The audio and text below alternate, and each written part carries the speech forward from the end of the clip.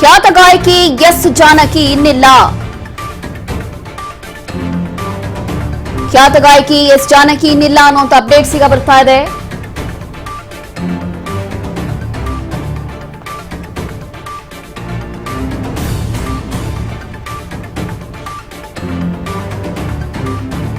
ಖ್ಯಾತ ಗಾಯಕಿ ಎಸ್ ಜಾನಕಿ ಇನ್ನಿಲ್ಲ ಅನ್ನುವಂಥದ್ದು ಈಗ ಗೊತ್ತಾಗ್ತಾ ಇದೆ.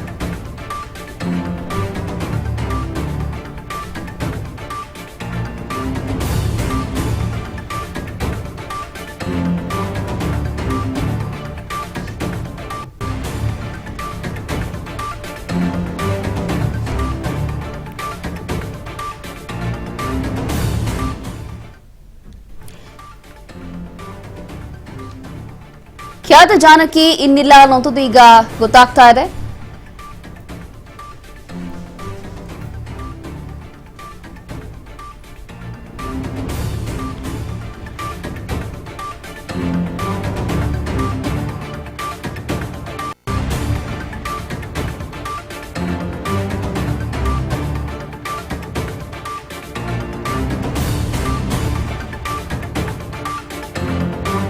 ಇತ್ತೀಚೆಗಷ್ಟೇ ಅವರಿಗೆ ಆರೋಗ್ಯದಲ್ಲಿ ಏರುಪೇರಾಗಿತ್ತು ಅನ್ನುವಂಥದ್ದು ಗೊತ್ತಾಗ್ತಾ ಇದೆ. ಹಾಗಾಗಿ ಈಗ ಅವರು ಇನ್ನಿಲ್ಲ ಅನ್ನುವಂಥ ವದಂತಿ ಈಗ ಬರ್ತಾ ಇದೆ. ಕಳೆದ ಕೆಲ ದಿನಗಳ ಹಿಂದೆಯೂ ಕೂಡ ಇಂಥದೇ ಒಂದು ಸುದ್ದಿ ಬರ್ತಾ ಇತ್ತು. ಗಾಯಕಿ ಎಸ್ ಜಾನಕಿ ಅವರ ಹಾಡುಗಳ ಬಗ್ಗೆ ಅಥವಾ ಅವರ ಸಂಗೀತದ ಬಗ್ಗೆ ಎಲ್ಲರಿಗೂ ಕೂಡ ಗೊತ್ತಿರುವಂತಹ ವಿಚಾರ. ಹಾಗಾಗಿ ಸಂಗೀತದ ಕ್ಷೇತ್ರದಲ್ಲಿ ಹಲವು ಕೊಡುಗೆಗಳನ್ನ ಕೊಟ್ಟಿರುವಂತಹ ಎಸ್ ಗಾಯಕಿ ಈಗ ಇಹಲೋಕವನ್ನ ತ್ಯಜಿಸಿದ್ದಾರೆ ಅನ್ನೋ ಮಾಹಿತಿ ಸಿಗ್ತಾ ಇದೆ. ಎಸ್ ಜಾನಕಿ ಸಾವಿನ ಸುದ್ದಿ ಈಗ ಬರ್ತಾ ಇದೆ.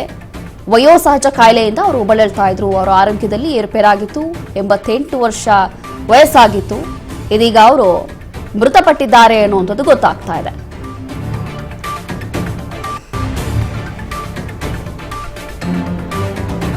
ಇದೀಗ ಖ್ಯಾತ ಗಾಯಕಿ ಜಾನಕಿ ಇನ್ನಿಲ್ಲ. ವಯೋಸಹಜ ಕಾಯಿಲೆಯಿಂದ ಬಳಲ್ತಾ ಇದ್ರು. 88 ವರ್ಷ ವಯಸ್ಸು ಕೂಡ ಆಗಿತ್ತು. ದಕ್ಷಿಣ ಭಾರತದ ಗಾನಕೋಗಿಲೆ ಅಂತ ಹೇಳಿ ಅವರು ಬಹಳ ಪ್ರಸಿದ್ಧಿ ಕೂಡ ಪಡೆದಿದ್ರು. ಇದೀಗ ಎಸ್ ಜಾನಕಿಯವರು ಬದುಕಿರುವಂತಹ ಸಂದರ್ಭದಲ್ಲಿ ನಮ್ಮ ನಾಡಿಗೆ ಅಥವಾ ಸಂಗೀತ ಕ್ಷೇತ್ರದಲ್ಲಿ ಹಲವು ಕೊಡುಗೆಗಳನ್ನು ಕೂಡ ಕೊಟ್ಟಿದ್ರು. ಆದರೆ ಈಗ 20ಕ್ಕೂ ಹೆಚ್ಚು ಭಾಷೆಗಳಲ್ಲಿ ಹಾಡನ್ನು ಹಾಡಿದಂತ ಗಾನಕೋಗಿಲೆ ಈಗ ವಿಧಿವಶರಾಗಿದ್ದಾರೆ ಅನ್ನೋದು ಗೊತ್ತಾಗ್ತಾ ಇದೆ. ಭಾರತದ ನೈಟಿಂಗೇಲ್ ಅಂತಲೇ ಫೇಮಸ್ ಆಗಿದ್ದಂತಹ ಗಾಯಕಿಯವರು 40,000ಕ್ಕೂ ಹೆಚ್ಚು ಹಾಡುಗಳನ್ನು ಹಾಡಿದ್ರು. ಖ್ಯಾತ ಗಾಯಕಿ ಎಸ್ ಜಾನಕಿ ಇನ್ನಿಲ್ಲ ಅನ್ನುವಂಥದ್ದು ಈಗ ದುಃಖಕರ ವಿಚಾರ. 88 ವರ್ಷ ವಯಸ್ಸಾಗಿತ್ತು. ಈಗ ವಯೋಸಹಜ ಕಾಯಿಲೆಯಿಂದ ಅವರು ಬಳಲ್ತಾ ಇದ್ರು. ನಿಧನ ಹೊಂದಿದ್ದಾರೆ ಅನ್ನೋ ಮಾಹಿತಿ ಈಗ ಸಿಗ್ತಾ ಇದೆ. ಹಲವು ಭಾಷೆಗಳಲ್ಲಿ ತಮ್ಮದೇ ಆದಂತಹ ಸಂಗೀತವನ್ನ ಕೊಡುವ ಮೂಲಕ ಛಾಪನ್ನ ಮೂಡಿಸಿದ್ರು. ಆದರೆ ಈಗ ದುರಾದೃಷ್ಟವಶಾತ್ ವಯೋಸಹಜ ಕಾಯಿಲೆಯಿಂದ ಅವರು ಮೃತಪಟ್ಟಿದ್ದಾರೆ ಅನ್ನೋ ಮಾಹಿತಿ ಈಗ ಲಭ್ಯ ಆಗ್ತಾ ಇದೆ. ದಕ್ಷಿಣ ಭಾರತದ ಗಾನಕೋಗಿಲೆ ಅಂತ ಹೇಳಿ ಅವರು ಪ್ರಸಿದ್ಧಿಯನ್ನ ಪಡೆದಿದ್ರು. ಇಷ್ಟು ವರ್ಷದಲ್ಲಿ 20ಕ್ಕೂ ಹೆಚ್ಚು ಭಾಷೆಗಳಲ್ಲಿ ಹಾಡೋದು, ಅದರ ಜೊತೆಗೆ 40,000ಕ್ಕೂ ಹೆಚ್ಚು ಹಾಡುಗಳನ್ನು ಅವರು ಕೊಟ್ಟಿದ್ರು ಅನ್ನೋಂಥದ್ದು ಕೂಡ ಗೊತ್ತಾಗ್ತಾ ಇದೆ. ಬಹುಶಃ 48,000ಕ್ಕೂ ಹೆಚ್ಚು ಹಾಡುಗಳನ್ನು ಹಾಡಿದಂಥ ಗಾಯಕಿ ಈಗ ಮೃತಪಟ್ಟಿದ್ದಾರೆ. ದಕ್ಷಿಣ ಭಾರತದಲ್ಲಿ ಗಾನಕೋಗಿಲೆ ಅಂತಲೇ ಅವರು ಕರೆಸ್ಕೊಳ್ತಾ ಇದ್ರು.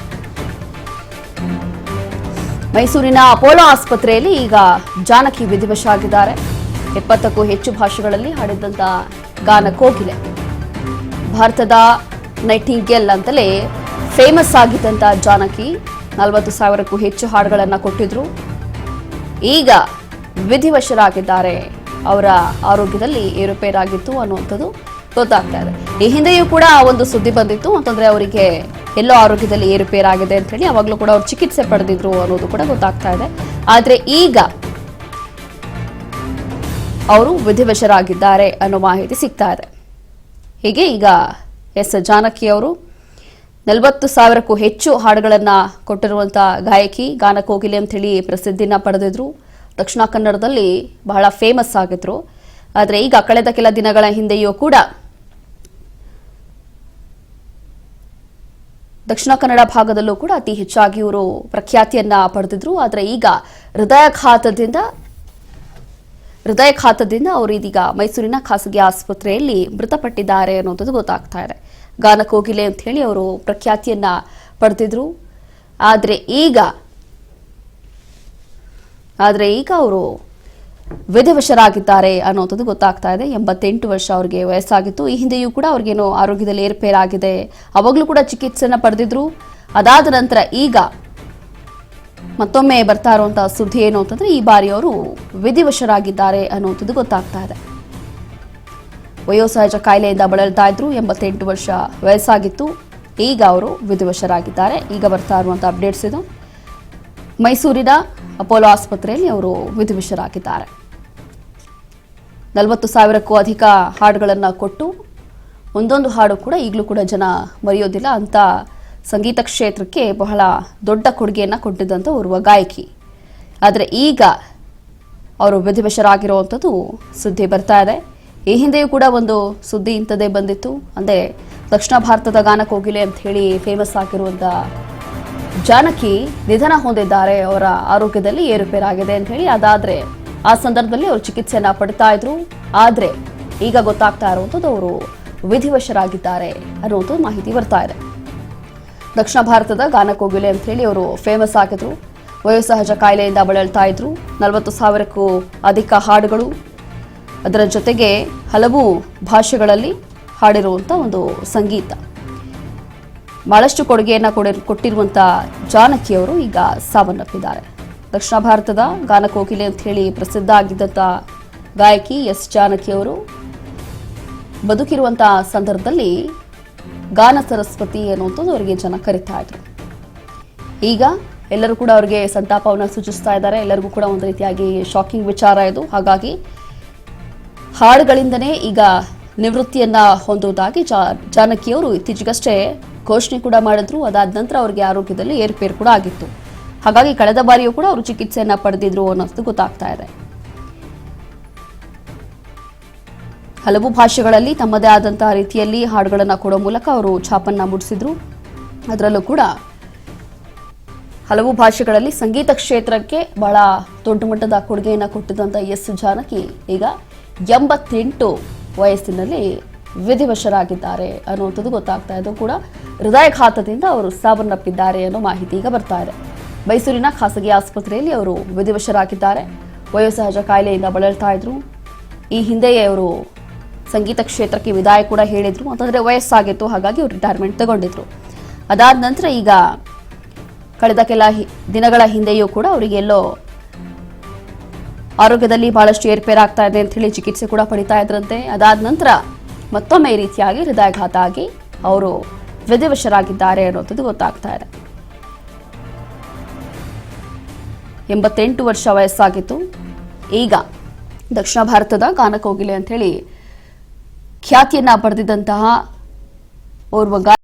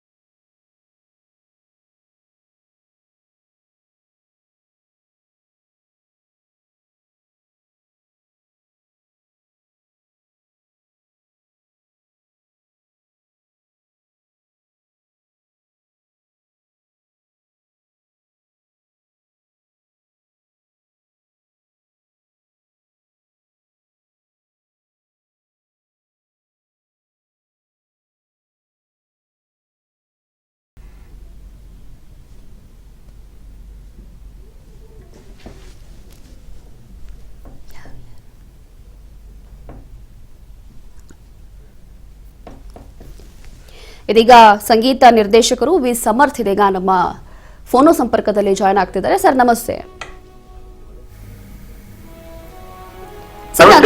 ನನ್ನ ಧ್ವನಿ ಕೇಳಿಸ್ತಾ ಇದೆಯಾ ಸರ್? ನಮಸ್ತೆ ಮೇಡಮ್.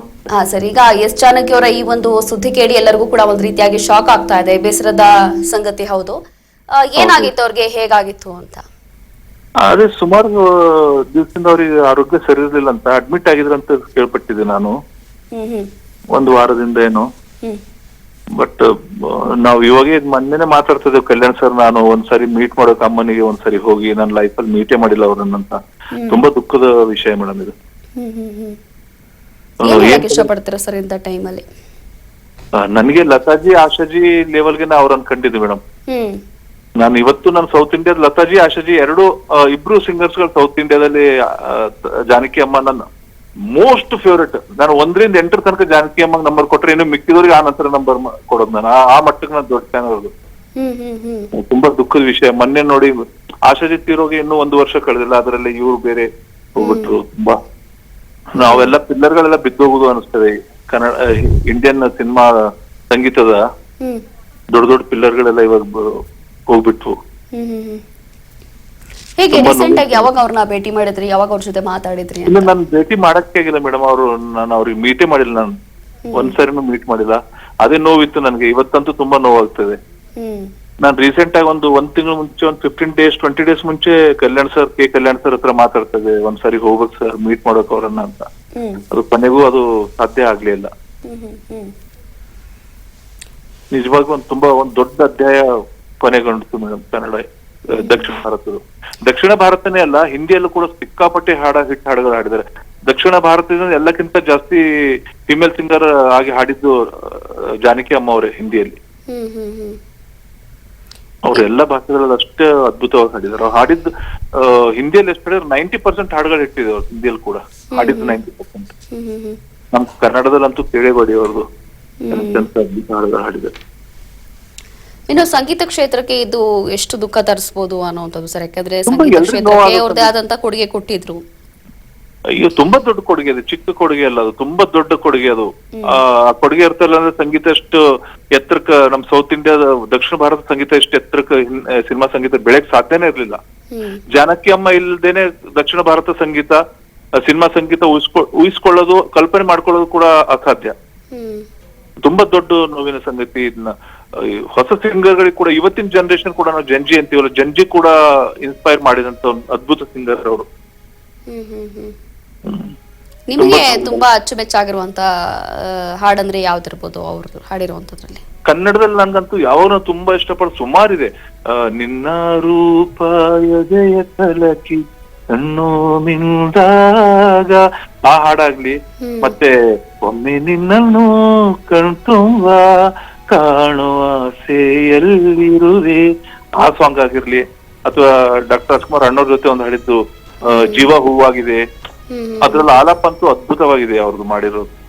ಇದೆಲ್ಲ ಸುಮಾರಿದೆ. ಎಷ್ಟು ಸಾವಿರಾರು ಹಾಡುಗಳಿದೆ, 1-2 ಅವ್ರದ್ದು. ಹೇಗೆ ಸರ್, ಈಗ ನೀವು ಕೂಡ ಸಂಗೀತ ನಿರ್ದೇಶಕರಾಗಿದ್ದೀರಾ, ಅವ್ರ ಜೊತೆ ಕೆಲಸ ಮಾಡುವಂತ ಅವಕಾಶ ನಿಮ್ಗೂ ಸಿಕ್ಕಿತ್ತಾ? ಹೇಗಿತ್ತು ಆ ಒಂದು ಕ್ಷಣಗಳೆಲ್ಲ? ಸಿಕ್ಕಿಲ್ಲ ಮೇಡಮ್, ನನ್ಗೆ ಅವಕಾಶ ಅವ್ರ ಜೊತೆ ಕೆಲಸ ಮಾಡೋ ಅವಕಾಶನೇ ಸಿಗ್ಲಿಲ್ಲ. ಕಾರಣ ಅಂದ್ರೆ ಆ ಟೈಮಲ್ಲಿ ಅವ್ರು ಹಾಡೋದು ತುಂಬಾ ಕಡಿಮೆ ಮಾಡಿಬಿಟ್ಟಿದ್ರು. ನಾವು ಇಂಡಸ್ಟ್ರಿಗೆ ಬಂದಾಗ ಆಲ್ಮೋಸ್ಟ್ 20 years ಆಯ್ತು ಅವ್ರು ಹಾಡೋದು ಕಡಿಮೆ ಮಾಡಿ, ಹಾಡ್ತಾ ಇರ್ಲಿಲ್ಲ. ಅಂದ್ರೆ 20 ವರ್ಷದ ಹಿಂದೆನೆ ಅವರು ನಿವೃತ್ತಿ ಘೋಷಣೆ ಮಾಡ್ಬಿಟ್ರು ಅಂತ? ಆಲ್ಮೋಸ್ಟ್ 20 years ಈಚೆ ನೀವು ಹಾಡನೇ ಕೇಳಿಲ್ಲ. ನಾನಂತೂ ಅಷ್ಟು ಹೊಸ ಹಾಡುಗಳು ಅವ್ರು ಹಾಡಿಲ್ಲ. ಹಾಡಿದ್ರು ತುಂಬಾ ಅಪರೂಪ ಅನ್ಸುತ್ತೆ. 20 years ನೀವು ಕನ್ನಡ ಇಂಡಸ್ಟ್ರಿಯಲ್ಲಿ ನೋಡಿ, ಯಾವ್ದೇ ಭಾಷೆಯಲ್ಲಿ, ಕನ್ನಡ ಆಗಿರೋದು, ತಮಿಳ್, ತೆಲುಗು, ಯಾವ್ದು ಭಾಷೆಯಲ್ಲಿ 20 ವರ್ಷದಿಂದ ಹಾಡಿಲ್ಲ ಅವರು. 2007-8 ನಂತರ ಅವ್ರು ಹಾಡೇ ಇಲ್ಲ ಯಾವ್ದು ಸಾಂಗು. ಬಟ್ ಅವ್ರು ನಮ್ಗೆ ಇವತ್ತು ಅವರು ಅದೇ ಕೆಲವೊಂದು ಕನ್ಸುಗಳು ನನ್ಸಾಗೋದಿಲ್ವಲ್ಲ, ಆತರ ಕನ್ಸು ಹಾಗೆ ನನ್ಸಾಗೆ ಉಳಿತದ ಒಂದು.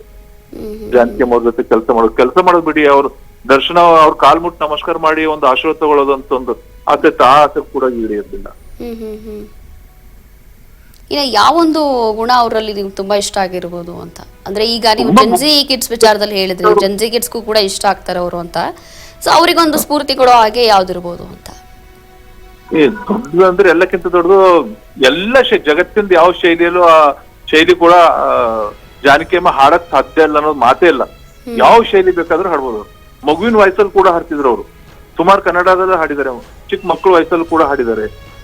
ಯಾವ್ದು ಜಾನ್ರನ್ನು ಬಿಟ್ಟಿಲ್ಲ ಅವರು. ಆ ತರ ಇದಾರೆ ಅವರು. ಲತಾಜಿ ಅವ್ರ ಅಂದ್ರೆ ತುಂಬಾ ಮೆಲೋಡಿ, ಆಶಾಜಿ ಅಂದ್ರೆ ತುಂಬಾ ಫಾಸ್ಟ್, ಕ್ಯಾಬ್ರೆ ಎಲ್ಲ ಹಾಡ್ತಿದ್ರು. ಇವ್ರೆಲ್ಲಾನೇ ಹಾಡ್ತಿದ್ರು ಅವ್ರು. ಮೆಲೋಡಿನೂ ಹಾಡ್ತಿದ್ರು, ಫಾಸ್ಟ್ ಸಾಂಗು ಹಾಡ್ತಿದ್ರು, ಕ್ಯಾಬ್ರೆ ಹಾಡ್ತಿದ್ರು, ಮಕ್ಕಳ ವಯಸ್ಸಲ್ಲೂ ಹಾಡ್ತಿದ್ರು. ತುಂಬಾ ಒಂದು ಮಿಮಿಕ್ರಿ ವಾಯ್ಸ್ ಅಂತೀವಲ್ಲ, ನಮ್ಮ ಅಪರೂಪವಾದ ವಾಯ್ಸ್ ಅಂದ್ರೆ ಆತರ ಬಾಲಸುಬ್ರಹ್ಮಣ್ಯಂ ಸರ್ ಇದ್ರು, SPB ಸರ್ ಇದ್ರು. ಆತರ ಫಿಮೇಲ್ ಅಲ್ಲಿ ಇವ್ರು ಇದ್ರು. ಏನ್ ಬೇಕಾದ್ರೂ ಮಾಡ್ಯುಲೇಟ್ ಮಾಡಿ ವಾಯ್ಸನ್ನ ಬೇರೆ ಟೆಕ್ಸ್ಚರ್ ತಗೊಂಡು ಒಂದು ಹೊಸದೊಂದು ಶೈಲಿ ಕೊಡ್ತೀವಿ. ಎಸ್, ಥ್ಯಾಂಕ್ ಯು ಸರ್ ನಮ್ಮ ಜೊತೆ ಮಾತಾಡಿದ್ದಕ್ಕೆ. ಎಸ್, ಹೀಗೆ ಅವರ ಜೊತೆ ಕೆಲಸ ಮಾಡಿದಂಥವ್ರು ಅಥವಾ ಅವರನ್ನ ಸ್ಫೂರ್ತಿಯಾಗಿ ತಗೊಂಡಿದ್ದಂಥ ಸಂಗೀತ ನಿರ್ದೇಶಕರೇ ಇರ್ಬೋದು, ಅಥವಾ ಸಿನಿಮಾ ಕ್ಷೇತ್ರ ಇರ್ಬೋದು, ಅಥವಾ ಸಂಗೀತ ಕ್ಷೇತ್ರ ಇರ್ಬೋದು, ಹೀಗೆ ಅವರನ್ನು ತುಂಬ ಹತ್ತಿರದಿಂದ ನೋಡಿದ್ದಂಥ ಹಲವರು ಜನ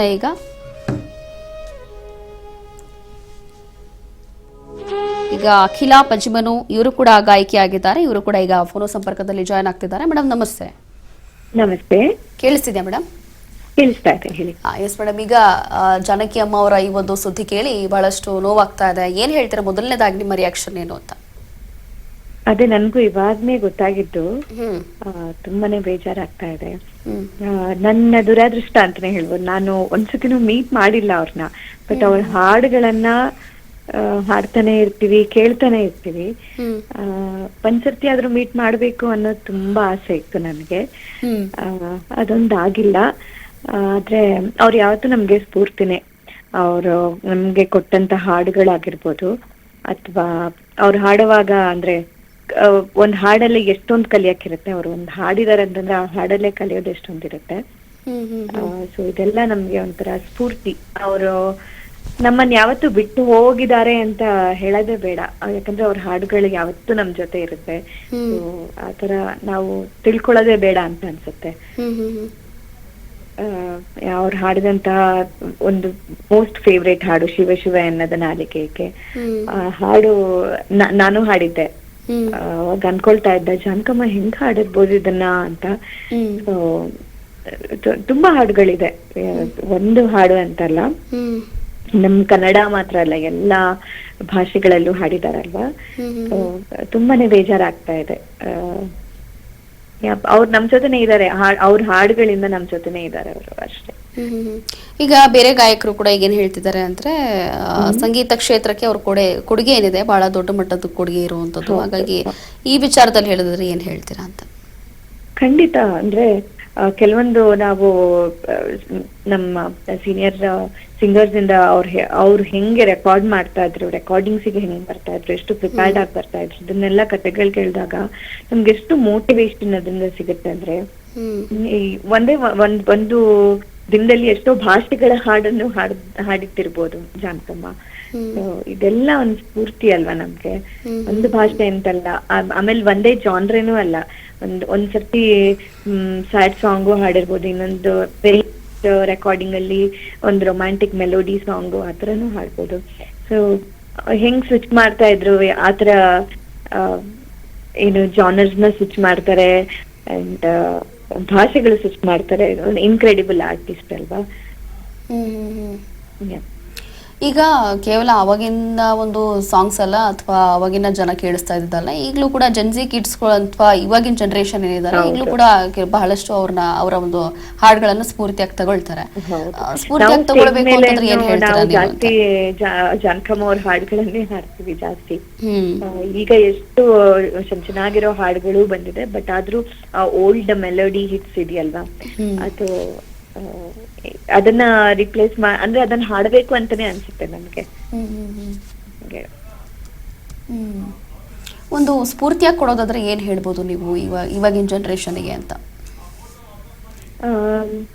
ಸ್ಫೂರ್ತಿಯಾಗಿ ಹೇಳೋದಂದ್ರೆ, ಅಂದ್ರೆ ಅವ್ರು ಒಂದು ಹಾಡು ಇವಾಗ ನಾವು ಕಲಿಯಕ್ಕೆ ಅಂತ ಕೂತ್ರೆ ಅದ್ರಲ್ಲಿ ಎಷ್ಟು ವಿಷಯಗಳಿರುತ್ತೆ. ಅವ್ರು ಮಾಡಿರುವಂತ ಹರ್ಕತ್ಗಳಿರ್ಬೋದು, ಅಥವಾ ಆ ಸಂಗತೀಸ್ನ ಅವ್ರು ತಕೊಂಡ್ ಹೋಗೋ ರೀತಿ, ಅದಕ್ಕೆ ಆ ಹಾಡಿಗೆ ಒಂದು ಭಾವ ಕೊಡೋದಿರ್ಬೋದು, ಎಲ್ಲದೂ ನಮ್ಗೆ ಸ್ಫೂರ್ತಿನೇ.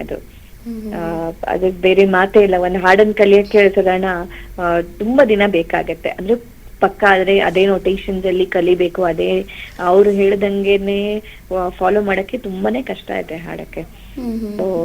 ಅದೆಲ್ಲಾನು ನಮ್ಗೆ ಸ್ಫೂರ್ತಿನೇ. ಅವ್ರ ಹಾಡುಗಳನ್ನೇ ಕೇಳ್ತಾನೆ ಇರೋಣ, ಇನ್ನ ಕಲಿಯೋಣ. ಅವ್ರು ಕಲಿಯೋದಕ್ಕೆ ನಮ್ಗೆ ಕಲಿಯೋದಕ್ಕೇನೆ ಎಷ್ಟೊಂದು ಬಿಟ್ಟು ಹೋಗಿದ್ದಾರೆ ಅನ್ಸುತ್ತೆ. ಸೊ ಅದನ್ನೆಲ್ಲ ನಾವು ಕಲಿಯೋಣ ಅಂತ ಅಷ್ಟೇ ಹೇಳ್ಬೋದು. Okay, thank you so much ಮಾತಾಡಿದ್ದಕ್ಕೆ ನಮ್ಮ ಜೊತೆ. ಹೀಗೆ